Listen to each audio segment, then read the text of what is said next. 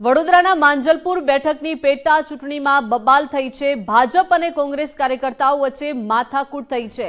કોંગ્રેસના કાર્યકરો મતદાન કેન્દ્ર બહાર બેસતા બબાલ થઈ છે। કોંગ્રેસના ખેસ પહેરી ટેબલ પર બેસતા વિરોધ કરવામાં આવ્યો। ભાજપ યુવા મોરચાના મહામંત્રીએ વિરોધ નોંધાવ્યો છે। ઋત્વિક પુરોહિતે વિરોધ કરતા પોલીસ પહોંચી।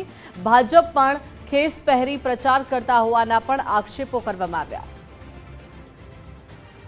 વધુ વિગતો સાથે સંવાદદાતા અલ્પેશ જોડાઈ ગયા છે। અલ્પેશ, વડોદરાના માંજલપુર બેઠક પર આ પેટા ચૂંટણી થઈ રહી છે અને ત્યાં બબાલની ઘટના બની છે, શું વિગતો છે?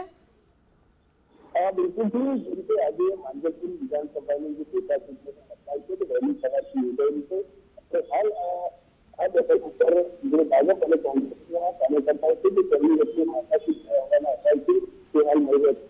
કોંગ્રેસના કાર્યકરો છે તે સત્તાની કેન્દ્રની બહાર ટેબલ પર કોંગ્રેસના ખેસ પહેરી અને ત્યાં બેસેલા હતા અને તે સમય દરમિયાન ભાજપના જે યુવા મોરચાના જે મહામંત્રી છે તે આવે છે અને તેમના દ્વારા આ જે કામગીરી કરવામાં આવેલી હતી તેનો વિરોધ કરવામાં આવ્યો હતો અને આ વિરોધને પગલે પોલીસ પણ ત્યાં ઘટના સ્થળે દોડી આવી હતી અને પોલીસ દ્વારા આજે તાત્કાલિક આ જે ખેસ છે તે હટાવવાની કામગીરી હાથ ધરી હતી।